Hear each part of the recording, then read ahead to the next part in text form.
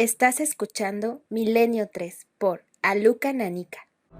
3 y 5 minutos. Aquí continuamos la nave milenaria radiofónica, hoy planeando sobre un asunto siempre polémico, siempre por resolver, los nudos del mundo actual en el que vivimos, un mundo que, no cabe duda, está cambiando a pasos agigantados, a una velocidad increíble. La intercomunicación de millones, de miles de millones de mentes, de ideas buenas y malas, genera espacios nunca antes concebidos, también para el misterio, también para los temas que nos interesan y os interesan. En esta revolución permanente queremos tener una voz.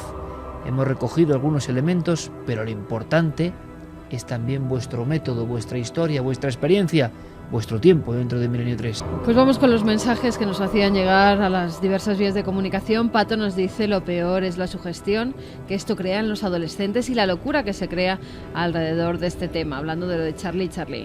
DJ dice: prima la celeridad y la máxima difusión de una noticia a la veracidad de la misma.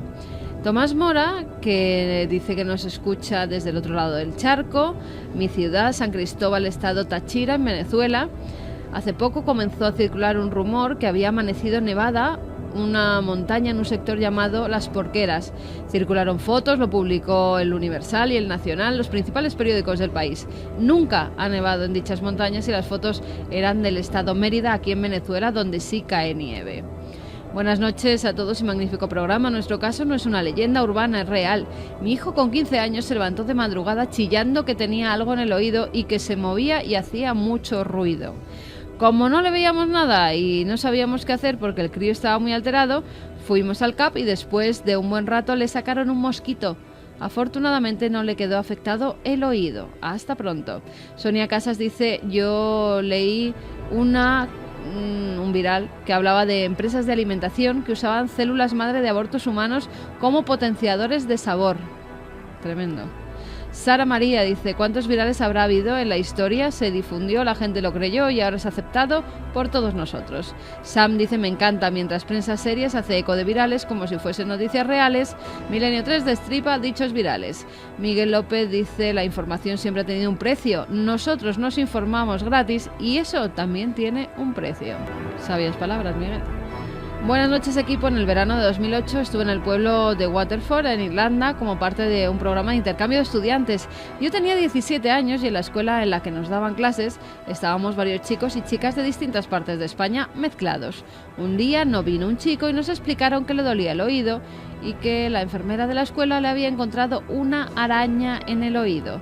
Todos nos estremecimos y la verdad es que no puedo saber al 100% si de verdad le ocurrió así, pero nunca se me olvidará cuando nuestra profesora entró en la clase y nos dio esta noticia. Un abrazo y espero veros de nuevo en otra de las noches del misterio. Que por cierto, una vez más, gracias, es que ya nos repetimos mucho, ¿no? Pero una vez más, cartel de 9 billetes, 4 de junio, increíble, a pesar de la tunda que di al público, que esta vez me regusté y en fin, pido disculpas, ¿no? Bueno, es broma, lo pasamos muy bien, gracias al Teatro Rialto, ha sido maravilloso, ha sido llevar a la Gran Vía, pues bueno, una especie de viaje diferente y nos veremos en Gijón, a final de mes en Gijón.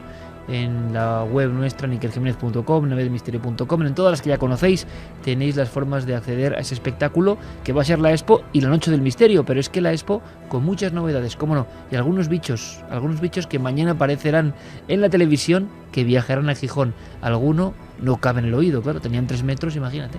Ayer le llegó a mi padre la cadena que avisa que WhatsApp va a ser de pago. Aún insistiéndole que era mentira, insistía en enviárselo a 10 personas. Clara siente un clásico, ¿no? Esto, ¿no? Totalmente. El 90% de los fakes, la mía también, se detectan fácil viendo estos nuevos diarios digitales que surgen, pero usar el sentido común y en la prensa seria por lo visto. Ojito con lo que acaba de decir Iker del sustento de las webs de los diarios digitales con los clics de las noticias estúpidas. Nos lo decía Fausto García. La Limac dice: de lo que te cuenten no te creas nada y de lo que veas la mitad. La mejor fórmula, creo yo. Rodrigo: creo que mucha gente lanza virales para experimentar a ver hasta dónde llega el bulo y tener 5 minutos de fama. Nico Tallón: un niño jugando con lentejas metió una en su oreja.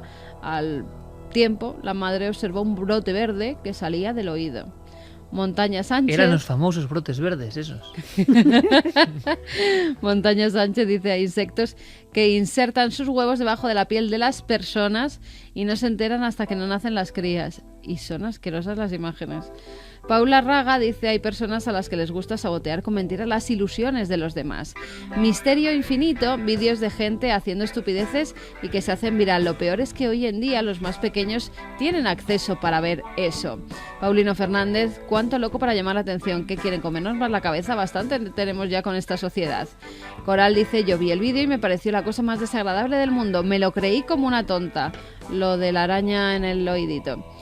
Sonia Fernández: lo mismo ocurre con la difusión de fotografías de menores que se dan por desaparecidos y son falsas. Y de esas hay bastantes, ¿eh? Fotos de menores desaparecidos y que no existen. Pero, a ver qué hay detrás de estos. Es decir, sí, al final dices, no la idiocracia absoluta. No la idiocia, sino la idiocracia, ¿no? Bueno, será. Mickey Sand dice: a mí araña no, pero muchas veces por la noche las polillas vienen a la luz de mi móvil y hay veces que intentan entrar en mi oído. Pues no pongas el móvil, hombre, ahí. Sí, pero es que Lady Lara de Rivendell dice: yo una araña no, pero sí una polilla. Experiencia personal. Ya O sea es un que... elemento... Dormir con el móvil al lado, dicen algunos que no es muy bueno. Yo no lo sé, porque ya no sé si es viral o no también eso, o sea, sí. Pero que las polillas van a la luz, eso lo sabemos. Pero cuando lo tienes para escuchar la radio, Pues no, tampoco. pues sí. Bueno, sí, para la radio sí. Vamos a continuar. La verdad es que el tema da para mucho y evidentemente es que aquí sí que todos estamos ante la marea. Decía un compañero, claro, si nos informamos gratis, sí, pero también los medios están capturando gratis o mucho más barata la información y también pasa lo que pasa. Es como una gran madeja. Y repito, importantísimo. No somos acusadores de nada, inquisidores de nadie. Bueno, líbrenos Dios, ¿no? O el cosmos de todo esto, porque nosotros hemos metido la pata, pues también, por supuestísimo, hemos comentado cosas, por eso ideamos también una especie de cajón desastre para poder meter todo lo asombroso, ¿no?, que ocurre. Pero, curiosamente, voy a decir una cosa. Por el recelo histórico, ya me gustaría a mí que muchos, repito, que van dando clases, tuvieran el celo de las personas del mundo del misterio, que dentro de lo que cabe están muy acostumbradas a ser criticadas de siempre y entonces no quieren gratuitamente meter la pata. Todo el mundo. Nosotros llevamos, imaginaos, 1000 emisiones de Milenio 3, prácticamente cerca de 450 de televisión. ¿Cuántas horas son eso? Y por supuesto, y bueno, y nos tendrán que engañar alguna vez más, eso es evidente, y más en este mundo. Ahora, siempre que ha pasado lo hemos dicho, no es lo habitual. Y muchas veces hemos sido nosotros los que hemos descubierto el fraude y lo hemos convertido en material interesante, como los últimos casos recientes, ¿no?, sobre extraterrestres y demás. Pues es nuestra obligación, simplemente. Aquí nadie tiene ninguna verdad. Y cuando decía un compañero, Iker dice lo de los periódicos digitales y las noticias tonterías, no, yo no lo digo yo, lo dice esta gran periodista del País, autora de Memecracia, que me ha sorprendido, porque son datos que yo tampoco conocía, la importancia de esos clics en esos titulares tan asombrosos, en esos vídeos a veces tan bizarros, tan sangrientos. A mí me sorprende, porque hay buenos medios, yo consulto algunos que me parecen buenos, ¿no?, y confidenciales, que tienen buena información, y sin embargo de repente llega una franja donde ves el último decapitado, el último, que no lo entiendes, ¿no? Y dices, ¿de verdad hay necesidad de esto? Oye, cada uno es libre. Yo en ese aspecto siempre lo he dicho, soy liberal. Uno hace su empresa y puede... Pero, no sé, me sorprende. ¿Generará eso bueno, pues será así, pero yo no lo conocía, el sistema, y me parece interesante lo que dice, no yo, sino esta experta del País, autora de ese libro. Y hay una cosa además que deberíamos añadir. No solamente alguna vez nos hemos equivocado como todo hijo de vecino, sino que demasiadas veces, cada día con más frecuencia, hemos rozado el palo. ¿Cuántas veces, si tú eres testigo, 1 hora, 2 horas, 3 horas antes del programa, sí, yo señor, o Javi o sí, Clara señor, hemos llegado diciendo, oye, que esto era mentira, con la prueba, con la noticia contrastada? Y hasta ese momento estaba programada perfectamente en la escaleta. Una noticia, una cuestión, claro, que se había dado por todas las cadenas también. Es que es increíble. O sea, que estamos en una baraja muy complicada de llevar. Continuamos, seguimos y nos metemos en otros mundos. Ya sabéis cuáles, los de los archivos de Clara Tauces.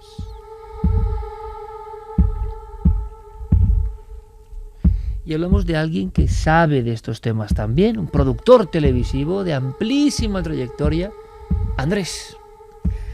Sí, le hemos llamado Andrés. Yo prestaría especial atención a este caso por dos motivos. Una, porque efectivamente se trata de una persona muy conocida en nuestro país, también hermano de un presentador de televisión muy conocido, y también, y que yo diría que este es el caso más antiguo de los que hemos hablado en todas estas temporadas, desde que están los archivos, porque estamos en el año 68 y 69. Es decir, además me recordaba él, me decía que se acordaba perfectamente porque era la época en la que empezaron a verse anuncios de que el hombre estaba por llegar a la luna. En aquella época, Andrés, pues, claro, no era el productor reconocido que es ahora, y se marchó a Londres a trabajar como redactor de una conocida e importante revista musical de la época. Sin embargo, fue con un amigo que, digo en este caso la profesión para que nos hagamos una idea de lo aguerrido que era y de cómo pudieron bregar esta historia, ¿no? Había sido jefe de máquinas de barco y había tenido 2 naufragios de los cuales había salido con vida, aunque algunos de sus compañeros habían fallecido. Entonces, después del segundo naufragio, dijo que no quería volver a trabajar en eso, que había tentado demasiado la suerte y que probaría con él en Londres, ellos dos juntos, a ver si allí podían ganarse la vida de una forma digna. Esos reportajes, lamentablemente, aunque muy buenos, no les daban para comer. Entonces, lo que decidieron hacer era compaginar esa actividad con la de trabajar en un hotel. Mientras tanto, Andrés y su amigo se dedicaron a buscar una casa, porque durante cierto tiempo estuvieron viviendo en casa de otro amigo, pero claro, llegó un momento en que 2 personas allí más no podían estar y estuvieron buscando algo muy barato.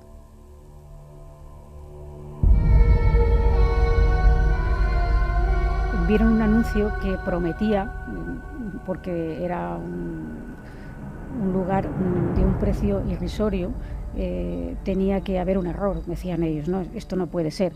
Era el típico flat londinense que se compone de un salón muy grande en el que está incluida la habitación y también la cocina. Sin embargo, el baño estaba en la planta superior y era, así parece que era pequeño, pero no, eran casi 400 metros por planta y solo pedían 7 libras a la semana. Una vez más, un precio excesivamente barato, ¿no? Sí, porque ellos pensaron directamente que faltaba un cero, es decir, que lo normal hubiera sido 70. Sin embargo, cuando llaman a la agencia se enteran de que el precio es correcto y que dicen, bueno, pues entonces la trampa tiene que ser que está muy mal situado, que está muy lejos del centro o que está muy mal acondicionado, pero no era así. El flat se hallaba en el corazón de la City, muy próximo a Marble Arch y muy cerca de la esquina de los Oradores, tan solo a 3 minutos del Hyde Park, o sea que algo increíble para ellos. Tenía un basement, lo que llaman ellos, que es una especie de planta baja, en la que vivía la dueña, la propietaria, con su marido. Como digo, 2 plantas más, una que ellos alquilaron y otra planta superior.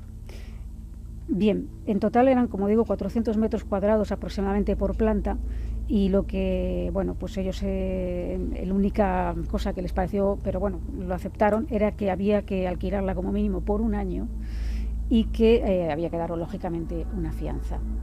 En principio ellos tenían pensado estar al menos 1 año en Londres, con lo cual, pues bueno, dijeron, pues lo cogemos. Su inglés en aquel momento no era muy bueno y tuvieron que echar mano de un diccionario para traducir un cartel que había justo al cerrar la puerta del flat. El cartel decía: tened cuidado, no hagáis ruido y no despertéis al fantasma. Lógicamente tomaron esto a broma, no le dieron mayor importancia y bueno, pues no se imaginaban lo que iba a pasar después. Muy poco de ya llevar allí, apenas unas noches, empezaron a escuchar unos gritos espantosos. Ellos, claro, lógicamente los únicos que estaban en el piso eran ellos y la propietaria con su marido, pensaron que venían del basement.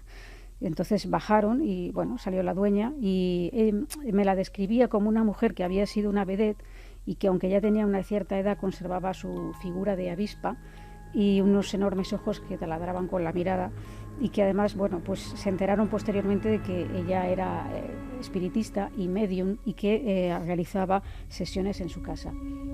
Esta mujer parece ser que era un poco especial y apenas les dirigía la palabra, entre que tampoco ellos hablaban mucho inglés, más bien como que los ignoraba, pues intentaron decirle que por favor no metieran tanto ruido y que les dejaran dormir. Pero ellos convencidos en principio de que los ruidos, esos gritos tenían que venir lógicamente de la propietaria. Sin embargo, esos gritos y esos sonidos se siguieron escuchando. Los sonidos eran una especie de estruendos, algo parecido, ¿os acordáis de la comisaría que estuvimos en Navalmoral de la Mata? Pues ese tipo de estruendos también se escuchaban. Y bueno, a medida que pasó el tiempo, a través de la gente del barrio, que era un barrio pues muy particular, con sus tiendas de ultramarinos, un pub que hoy por hoy sigue existiendo, porque he estado visitando un poco esa zona a través de Google Earth, que ahora permite ver absolutamente todo. Y bueno, pues ellos acudían a ese pub y a las tiendas de la zona y se fueron enterando de que esa casa no era como las demás. Cuando se corrió la voz de que 2 españoles estaban viviendo en la casa que ellos llamaban la casa embrujada de Marble Arch, les dijeron que estaban locos, que qué hacían ahí, que cómo estaban viviendo en esa casa. Es más, entre los vecinos del barrio, aunque ellos no lo sabían en ese momento, pues había una mujer que compraba en la tienda de ultramarinos que también se enteró de que estaban ahí y todo el mundo alucinaba, ¿no? Esa mujer, eso lo cuento como anécdota más bien, resultó ser la mujer del actor Michael Caine, que vivió en aquella época en unos apartamentos que había enfrente. Lo cuento también para que nos hagamos una idea de que el barrio es un barrio bueno y que, claro, era poco explicable el precio tan bajo. Pues bien, a los 15 días de estar allí más o menos, una noche, esto ya son cosas que se mezclan casi con la cosa peliculera, ¿no? Una cosa extraña, pero que no sabes muy bien de qué va en ese momento, ¿no? Por lo menos para ellos, muy sorpresivo. Estaba Andrés durmiendo y se despertó, esto que te despiertas en mitad de la noche, no sabes por qué, y descubrió que había una señora desnuda sentada en una silla mirándole fijamente. Él pensó que era un sueño, así que despertó a su compañero y entonces ambos vieron lo mismo. Y esa persona se levantó y se fue.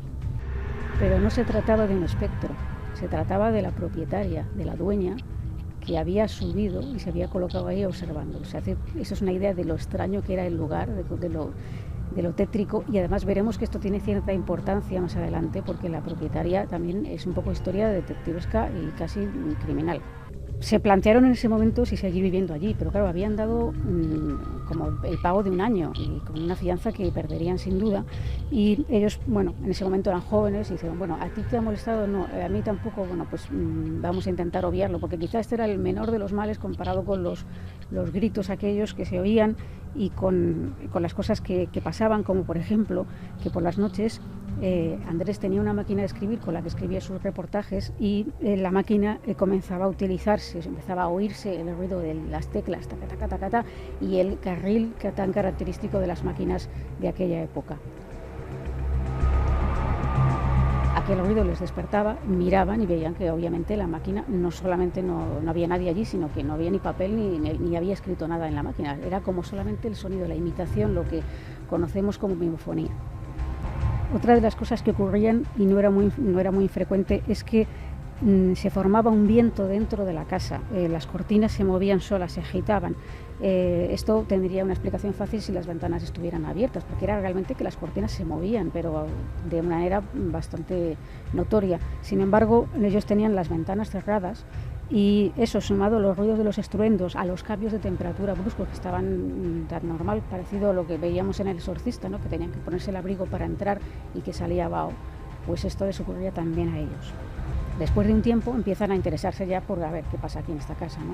Y empiezan a preguntar, aparte de que ya les habían comentado la gente pues que estáis locos, pero no les decían por qué. Y entonces les contaron que en esa casa había antiguamente una clínica y que allí sucedió algo terrible, pero no supieron exactamente decirles el qué. Lo que sí sabían es que un cirujano había fallecido en el interior del inmueble, pero nadie supo explicar si había sido un asesinato o si había ocurrido un desafortunado accidente. También les dijeron que otros moradores anteriores se habían quejado de lo mismo que ellos les estaba ocurriendo, que habían oído gritos terribles, ruidos de todo tipo, portazos, puertas que se abren solas, las luces que se encienden, etcétera, y que por eso sabían que esa casa no era como las demás. Uno de esos días, que ya llevaban varios meses allí, el hermano de Andrés, este señor que es hoy un presentador reconocidísimo, que nuestros oyentes se sorprenderían de quién se trata, les decide hacer una visita porque tiene que hacer unas cosas en Londres y bueno, pues él no sabía absolutamente nada de lo que está pasando en la casa, no tiene ni idea, no le he contado nada y le dicen que por qué no se queda con ellos, que como hay otra planta y otra habitación puede alquilarla aunque sea por una semana y bueno, para estar juntos, ¿no? Esto lo acuerdan con la propietaria y él viene para quedarse como unos días y en vez de quedarse en un hotel se queda allí. Llega el hermano, cenan todos juntos y después Andrés y su compañero se van a trabajar en el turno de noche en el hotel. Y mientras tanto él se acuesta, el hermano, se acuesta tranquilamente y ellos no saben nada más hasta que regresan del trabajo. Y en ese momento, al regresar, se encuentran una nota en la casa, el hermano no está, ha desaparecido, y en la nota pone: estáis como una cabra, me he marchado a un hotel, esto es increíble. Al día siguiente le llaman y le preguntan que qué ha ocurrido, que por qué se ha marchado, aunque se lo imaginaban en realidad. Y él les explica que se había acostado tranquilamente y que cuando estaba dormido empezó a escuchar unos ruidos, unos gritos y unos sollozos y que asimismo pues vio con horror que los grifos había una especie como de lavabo pequeñito, muy típico también de los ingleses, que está incorporado en la habitación, solamente lo que es la parte del lavabo, y los grifos se habían abierto solos. Y bueno, las cortinas habían empezado a moverse solas, es decir, todo lo mismo que a ellos les estaba ocurriendo y que cuando dio la luz y vio ese panorama, pues dijo: yo aquí no me quedo, vamos, no sé lo que está pasando, pero esto no es normal. Y por eso fue que se fue a un hotel. Me decía también Andrés que era muy curioso, que a veces observaba como una rendija en la puerta, de repente como si alguien diera la luz en la escalera, y ruido y una especie de silueta como si alguien anduviera detrás de la puerta.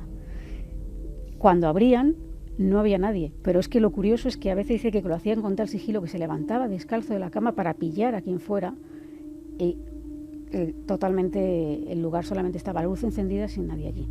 De hecho, sus amigos londinenses, los pocos que habían hecho durante su estancia en Londres, no querían ni pisar la casa, es decir, que ellos venían, pero siempre tenían que acompañarles y ir a buscarles allí en la parte de la entrada porque no querían subir solos, no les gustaba estar allí. No fueron los únicos. También durante ese tiempo vino a Londres un amigo de Andrés, que posteriormente se quedó a vivir en esta ciudad porque se casó con una joven londinense y como había habitaciones libres le alquilaron una para que estuvieran todos juntos, pero solamente duró una semana porque decía que bueno, se le volvió a aparecer ese viento que agitaba las cortinas y también fue víctima de ese frío atroz que daba de repente y que bueno, pues a los 3 o 4 meses de estar allí, pues bueno, este hombre se fue. Después, 3 o 4 meses, vino la novia de Andrés, la que hoy es su mujer, y vino con 2 amigas suyas. Una se fue a un hotel, tan ricamente, y la novia de Juan y otra amiga se quedaron en la habitación que habían cogido para ellas, la misma que la que se había marchado ese otro amigo. Pues bien, la amiga que se había quedado con la novia al día siguiente se marchó.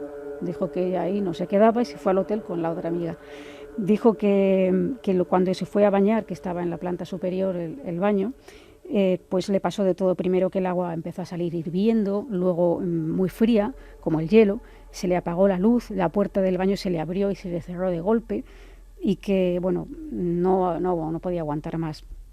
La novia, de hecho, se quedó porque normalmente dormía con Juan y hacía mucho tiempo que no lo veía y lo que quería estar con él, lógicamente. Pero cuando ellos iban a trabajar, ella no se atrevía a quedarse sola en la casa, se marchaba y hacía tiempo hasta que ellos volvían del trabajo para entrar con ellos porque no quería estar en esa casa nunca.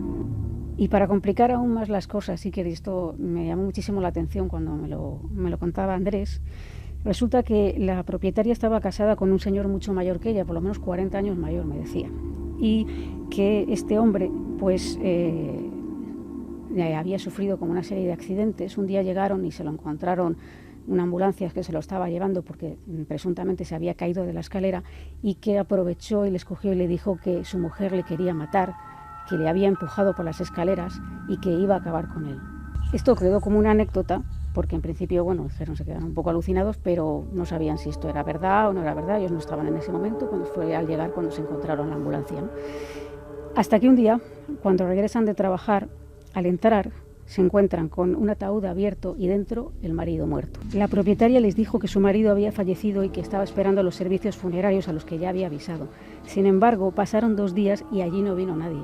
Entonces Juan y su amigo denunciaron que había un hombre muerto en la casa y que esto no era normal, que no hubiera venido nadie a llevárselo. Y entonces vino la policía y los llevaron a ellos a la comisaría y los retuvieron durante varias horas hasta esclarecer lo que había pasado. Ellos les contaron lo que sabían, lo que les había dicho el marido y, bueno, sus sospechas, pero no les creyeron porque decían que había sido un infarto. Esto fue casi al final de su estancia en la casa, ya estaba por finalizar el contrato. Y bueno, Andrés se fue un poco después de finalizar el contrato y su compañero aún se quedó un poco más, pero enseguida conoció a una chica y se hicieron novios y se fue a vivir con ella porque ella decía que esa casa no se quedaba, ¿no? O sea, todo el mundo que entraba decía exactamente lo mismo. Y a partir de entonces, Andrés ha viajado a Londres casi cada año, varias veces. Es una ciudad que, tanto por cuestiones laborales como porque le gusta, sigue yendo. Y siempre ha pasado, porque está muy céntrica, por la casa famosa. Durante el primer año seguía aquella mujer allí, pero a los 2 años ya no estaba esa mujer y la casa estuvo cerrada a cal y canto unos 35 años aproximadamente. Es decir, hace 5 años es cuando empezó a ver que se había reformado y que parece ser que había cierta actividad en la casa o que alguien vivía allí. Pero durante esos casi 35 años esa casa estuvo cerrada. No sé por qué despedía tan mal rollo esta historia que contaba Clara, ¿eh? Quizá porque Londres es muy especial. Y los años 60 en Londres, ese ambiente tan especial, tan diferente. Ahora, a mí lo que me ha impresionado, y no deja de ser la dueña de la casa, que no sé si estaría insinuando o no qué pasaba ahí, pero sentada, observando, desnuda, daba no sé. Mal rollo, claro. Sí, ¿por qué dices, bueno, esta vez la mujer, no. Y que luego tenía tendencias espíritas y que al parecer hacía sesiones de espiritismo en esa casa donde pasaban esas cosas. Sí, y que estuviera ese cuerpo presente durante 2 días metido en un ataúd y ellos allí viviendo y la señora como si nada. Pues ¿y cómo te lo contaba Andrés, este importante productor español? Pues él me lo contaba con un recuerdo muy vivo. Es decir, yo cuando le grabé, lo que pasa es que me pidió que no emitiéramos la grabación, pero lo contaba. Fijaros la de detalles que me ha dado y la de años que han pasado, porque realmente esa experiencia a él le marcó. Y no hay ningún espectro, si os dais cuenta. Lo que hay es esa sombra al otro lado de la puerta, esas cortinas que se mueven, esos grifos, pero ya vale, ¿eh? Ya vale, porque es un ambiente asfixiante. ¿Te acuerdas de algún hotel, no? En Londres, ¿no? No. Que me lo contó además él mismo hace muchos años y se le ponía la carne de gallina cuando me lo estaba narrando. ¿Te contó esta historia? Sí, porque vosotros lo conocéis, sabéis quién es. Y la verdad es que él me decía que a partir de entonces estos temas, pues claro, le interesaban.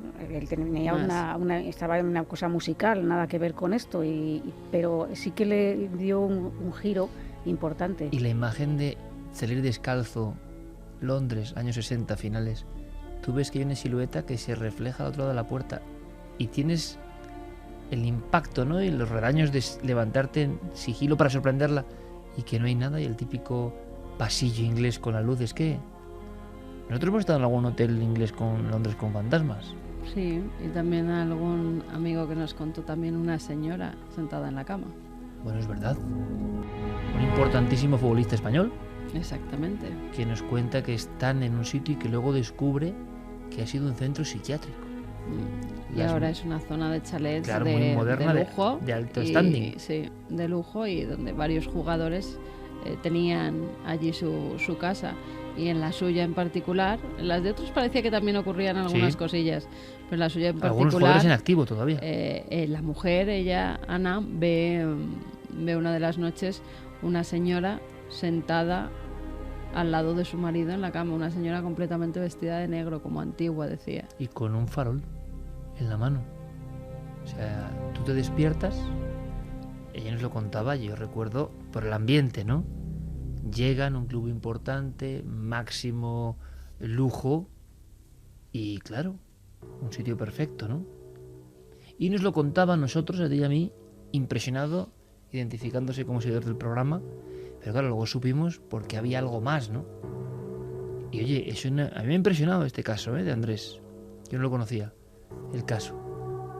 Pero cuenta que se despierta la chica, va al servicio, sitio nuevo, os imagináis, remozado, y cuando está en el servicio y se dispone a hacer sus necesidades, mitad de la madrugada, mira hacia su marido, que está, pues típico, ¿no? Tumbado, con el torso desnudo, las sábanas, pero mira un poco más allá y ve un bulto oscuro. Entonces piensa que es la típica ropa que uno ha dejado en la típica silla que puede generar formas, ¿no?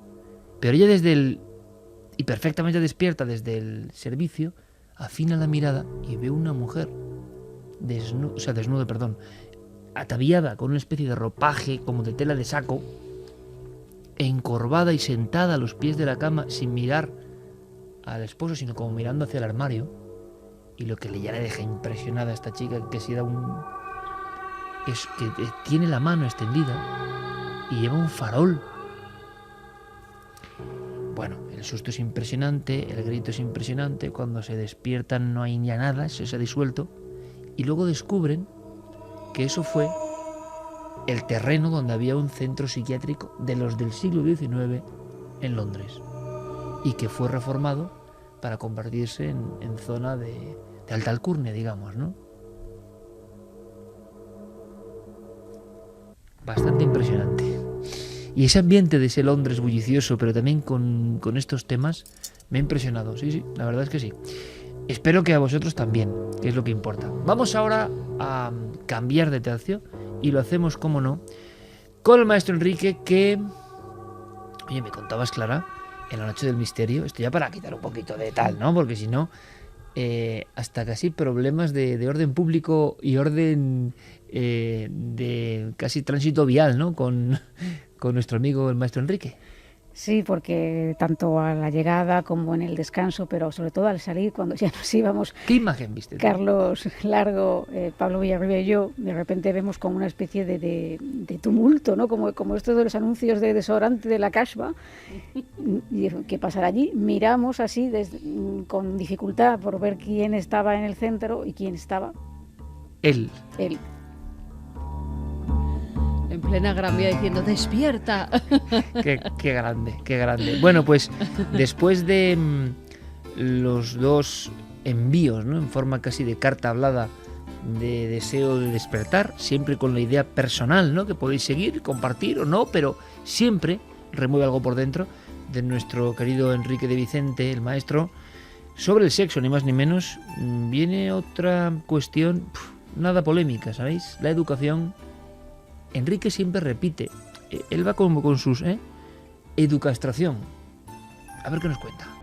Varios estudios sugieren que el 98% de los niños de 5 años podrían catalogarse como genios gracias a su mente abierta, a su curiosidad, creatividad y capacidad innata de adaptarse al entorno. Pero 15 años después, solo el 10% mantiene esas capacidades. Esa educastración se debería a que el sistema educativo occidental imperante, en lugar de formar, coarta y limita las capacidades del niño, para que éste se adapte al sistema vigente en lugar de ayudarlas a desarrollarse, para que los genios potenciales se conviertan en borregos. Porque esta es la base fundamental del sistema de control mental al que todos somos sometidos, a fin de que cumplamos con nuestro papel como piezas de una inmensa maquinaria, en lugar de aprender a cuestionarla. Una vez que comenzó a desintegrarse y transformarse la familia tradicional, que durante siglos fue el fundamento inicial de ese sistema de condicionamiento, entraron en marcha otros sistemas mucho más eficaces, como la psiquiatría, encargada de calificar cuáles son los comportamientos aceptables y cuáles los patológicos, y de corregir a los inadaptados dopándoles con medicamentos. Un buen ejemplo es el de los llamados niños hiperactivos, que antes simplemente eran nerviosos e ínfima minoría.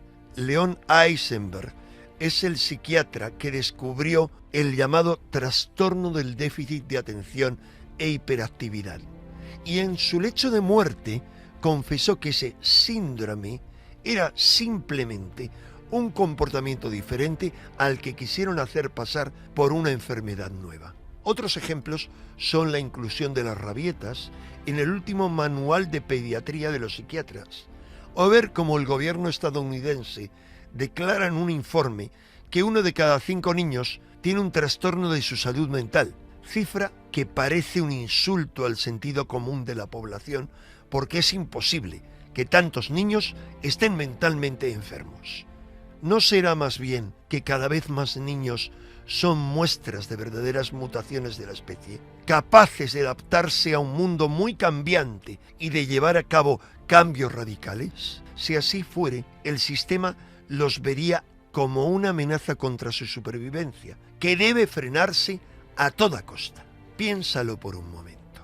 Seguramente no prestarías tu coche, tu casa o tu pareja a un desconocido.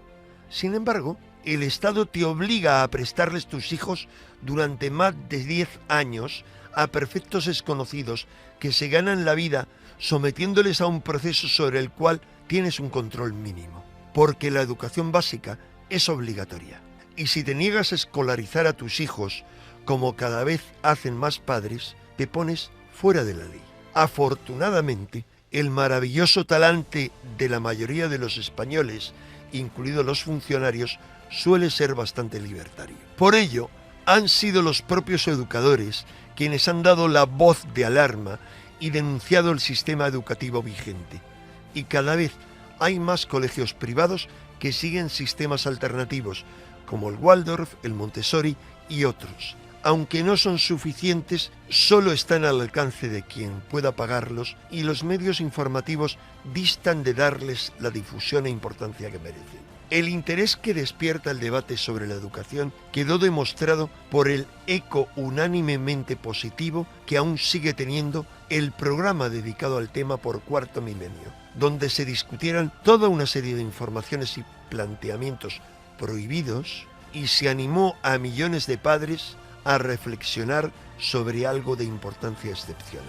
Porque cambiar el sistema educativo es fundamental para cambiar el mundo. Como ya apuntó Nelson Mandela, la educación es el arma más poderosa para conseguirlo. Despierta. Y tanto que todo ha cambiado. El propio dossier que hoy hemos ofrecido es muestra de ese mundo en permanente mutación. Hay nuevas generaciones que, ojalá sea así, ¿no?, tienen ya elementos diferentes de una especie que algunos creen que dejó de evolucionar al llegar a la cúspide del hombre, ¿no? Quizá no, quizá el ser humano no es la cúspide y hay otras formas, otras evoluciones siempre hacia adelante y quizá, ¿por qué no?, pensarlo. Hay personas que tienen esa incapacidad de someterse al sistema porque están preparadas para futuros procesos, ¿no? ¿Quién sabe? El sistema, lo que es cierto es que se enroca con dureza porque de ello depende su supervivencia. Mundo cambiante, ¿hay que despertar o hay que seguir dormidos al son que más se escucha? ¿Vosotros qué opináis? Nosotros despertamos, viajamos en el tiempo, en el espacio, en diferentes épocas. Ya sabéis que Diego Marañón de vez en cuando entrevista a personajes muy singulares que se fueron, pero nadie muere del todo si es recordado. Y aquí lo hacemos con algunas individualidades de verdad dignas de ser reseñadas. Creo que un cirujano es el siguiente protagonista, pero un cirujano muy especial. Vio cosas difíciles de describir y se atrevió a intentar comprenderlas.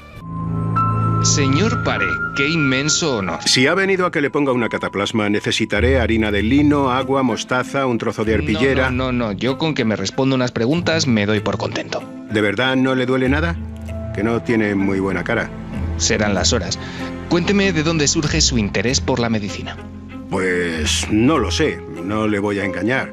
Ese interés, como usted dice, apareció desde muy pronto, pero lo que es seguro es que no fue algo hereditario. Mi padre era artesano, de origen humilde. Imagino que ninguno de nuestros vecinos en Laval podía imaginarse que mi futura profesión iba a ser tan distinta de lo habitual por aquellos parajes. Ya, claro. El trabajo del campo es algo muy distinto, bastante más duro. En efecto, y en ocasiones es la causa de heridas más o menos graves. Y ahí voy.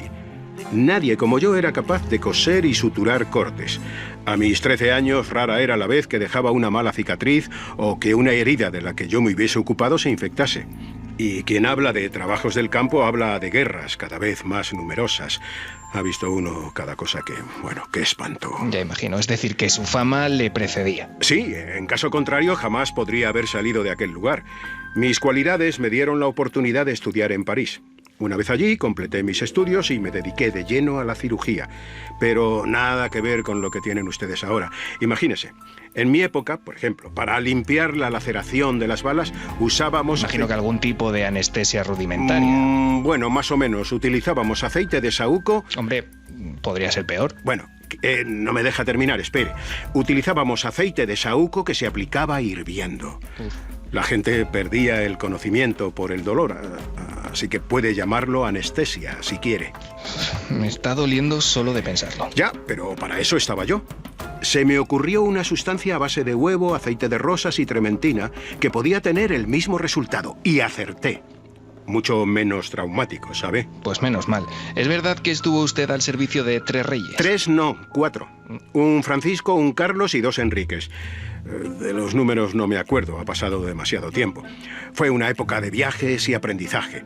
Ahí fue cuando empecé a interesarme por eso que luego se daría en llamar teratología. Me llegaban noticias de especímenes extrañísimos, cíclopes, hombres con rostros animalescos, seres deformes... En fin, auténticos monstruos a los que la sociedad despreciaba, cuando en realidad constituían un campo de estudio fascinante. ¿Cuál de aquellos seres le impresionó más? Probablemente el primero que vi. Fue en un barrio marginal de la ciudad de Turín. El impacto inicial es difícil de olvidar. Presencié el parto de aquel niño. Evidentemente no dejaba de ser un espécimen humano, pero al llegar al mundo traía consigo cuernos similares a los de un carnero y garras como las que la naturaleza le dio a las águilas. Algo digno del mundo insólito ese que sacan ustedes en televisión. ¿Qué piensa uno al encontrarse algo así? La primera pregunta que siempre me venía a la mente es ¿por qué? Durante toda mi vida quise llegar hasta el fondo del asunto y por eso escribí... Monstruos y prodigios. Correcto. Modestia aparte, una obra pionera que no dejó indiferente a nadie y que me costó tanto críticas favorables como un despiadado rechazo por parte de mis colegas. Probablemente por eso es de la que más orgulloso me siento. A mí me parece un trabajo muy valiente. Sí, claro. Eso lo dice usted ahora, en 2015. Pero deténgase a pensar por un momento en lo que podía acarrear eso hace 500 años y luego me cuenta. Bueno, hablamos de un catálogo de anomalías biológicas. Hablamos de mucho más que eso, joven. Hablamos de un tratado que planteaba preguntas muy profundas partiendo de esos seres. ¿Por ejemplo? ¿Tenían alma? ¿Existen patrones que expliquen su aparición? ¿Por qué en unos lugares concretos y no en otros? ¿Piensan? ¿Están malditos? ¿Son todos explicables desde un punto de vista natural? Dígame, ¿qué piensa usted de todo eso? Hombre, yo prefiero dejar hablar a los que saben, como usted, y tratar de aprender algo. Bueno, no es un mal planteamiento. Ojalá me hubiesen escuchado los que sin el menor miramiento condenaban a aquellas pobres criaturas a la hoguera por el mero hecho de haber nacido con algún tipo de rareza, por así decirlo. Sin embargo, por lo que me contó el señor Merrick hace un tiempo, hay cosas que nunca cambiarán. En fin, le voy a tener que dejar. ¿Seguro que se encuentra bien? Se ha ido poniendo usted blanco. No crea, es mi color natural. De todos modos, lo que me ha contado no me ha dejado muy buen sabor de boca. Ah, pues precisamente tengo yo un remedio que... No, deje. Vuelva a guardarse esa botella de aceite de saúco. Buenas noches, señor Paré. Las maravillosas conversaciones de Diego Marañón con el sin par, el genial José María del Río. una voz para la historia del mundo de la comunicación, del espacio, y que tenemos la fortuna de contar con él junto a Ángeles Afuera para generar esta especie de pequeñas microfichas, yo creo que maravillosas. Espero que os parezcan lo mismo, porque todo está basado en lo que estos personajes, como el gran médico cirujano, el padre de la cirugía, Ambroise Paré, y primer estudioso del mundo de los monstruos humanos. Acabamos como siempre con las bendiciones milenarias. Sergio de Córdoba, llevo 7 años escuchando vuestro programa y esta noche mi abuela, la cual me crió, nos ha abandonado. Ha tenido una vida larga, aunque su final ha sido duro y complicado, al fin ha podido irse a descansar. Sé que las bendiciones tienen mucha fuerza y siento que formáis parte de mi propia familia. Aunque sean momentos duros para los que nos quedamos aquí, sé que estará en un sitio mejor. Muchas gracias por todo. Un abrazo muy fuerte. Valkyria nos dice: buenas noches milenarios, ante todo quisiera felicitaros por el programa que hacéis, tanto a través de la televisión como de la radio, agradeceros la compañía que nos hacéis y la positividad que transmitís y radiáis. Quisiera que le dierais bendiciones milenarias a mi prima, que está pasando por un mal momento, y a su hijo Iker, que ya tiene 5 mesines. El momento más especial que puede tener una madre es tener a su hijo, y este fue eclipsado cuando una semana después de nacer le dijeron que tenía 4 cardiopatías en el corazón, y a esto se le sumó la sorpresa de descubrir que era un niño muy especial, ya que tiene síndrome de Down. Os pido bendiciones porque dentro de poco se va a enfrentar este pequeñín a una operación, y también os quiero pedir por mi prima, la cual lo está pasando realmente mal. Muchas gracias y os deseo a todos los del equipo lo mejor, porque hacéis felices a muchísima gente, aunque hay veces que nos metéis algún susto que otro con los casos que nos ofrecéis. Un besazo muy grande. Nuestro ánimo total de todo el equipo y de todas las personas que ahora mismo estarán con esa sintonía, ¿no?, en una misma dirección, como decimos muchas veces. Mucha fuerza para ese reto de ese pequeño valiente y su mamá. Pablo nos dice: hola Iker, Carmen y grandes compañeros de Milenio 3. Llevo escuchándoos muchos años y espero que sean muchísimos más para que mi hija os pueda escuchar en unos años. Y por ello os escribo para que me enviéis bendiciones milenarias a mi hija Duna, que vendrá al mundo la última semana de agosto, calculo yo que el 28-29, que será luna llena. También bendiciones milenarias a mi mujer Victoria, cuyo embarazo lo está pasando sin problemas y confiamos en que el parto sea igual de bueno. Y por último a mi sobrino Miguel, quien cumple su primer año esta semana y lo hará en el hospital donde lleva ingresado la mitad de su corta vida, y espero que el corazón que espera llegue pronto, y no dudo en que estará de nuevo en casa y muy sano cuando nazca su prima Duna. Un abrazo a todos y gracias por las grandes noches que nos dais. Gracias a vosotros, ¿no?, que en mitad de todas esas luchas que tenéis, varias, ramificadas, la pelea cotidiana, a veces estas bendiciones son como una bofetada, ¿no? Y estoy seguro que tienen un doble sentido. Fijaos, no solo es ofrecer esa sintonía, ¿no?, de la que hablo, mucho más allá de cualquier concepto religioso o mesiánico, sino, oye, muchos amigos en todo el mundo deseando lo mejor a otros amigos, y punto, y es suficiente. Y es que no se hace mucho. Pero por otro lado, cuando escuchamos las vivencias personales de familias tan normales, si no tienes eso, si no tienes esos retos, casi te avergüenza quejarte de cualquier cosa, ¿no?, de cualquier pequeño problema, que se convierte en pequeño cuando ves otros que seguro que además son superados con mucha fuerza. Pero las bendiciones milenarias, la comunicación con vosotros, también nos demuestra una cara de la vida que a veces es durísima, ¿eh? Y hay gente con redaños, orgullo y valor para encima decir, oye, me acerco con mi carta, ¿no?, de palabras para estar con vosotros. Así que nuestro abrazo máximo por lo que significáis y por lo que nos enseñéis cada semana con cada uno de los mensajes. Mucha suerte, amiga. Miguel Ángel Coronado dice: esta noche me he decidido a escribiros para pedir unas bendiciones para mi abuelo Pedro, que el pasado jueves 4 entró en el gran silencio. Siempre fue un hombre inteligente y bueno, del que todos aprendimos muchas cosas valiosas en nuestra vida que procuramos aplicar y no olvidar. Siempre repartió cariño y amor por su familia hasta el final, y por este motivo y en su recuerdo hago esta petición como último homenaje. Espero que ya esté en compañía de su mujer y que este último viaje lo hagan juntos, cuidando como siempre todos los que aún tenemos el dolor muy reciente. Un abrazo a todo el equipo y agradecido de antemano os pido también un favor, que no cambiéis nunca. Una vez más, mil gracias.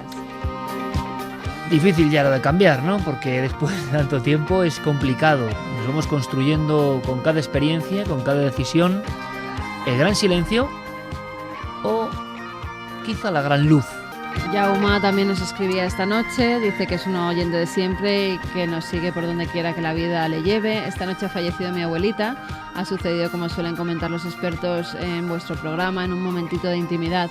Espero puedan darle una bendición milenaria y disculpen lo escueto del mensaje, totalmente comprensible. Escueto pero directo, recibido, y era un montón de gente en todo el mundo, de gran público, de grandes amigos, deseando lo mejor. Desde México nos piden bendiciones milenarias para Mara Gaviño, de 2 añitos, y desde Argentina, desde la Patagonia, bendiciones milenarias para una milenaria llamada Juana, que es una niñita de 10 años. Pues mira ahí, como si fuera un cometa, ¿no? Con la estela del cometa, ahí van. A ver, una última petición de Fermín. Celebrando el 30 cumpleaños de nuestro amigo Dani Marín, mientras os escuchamos.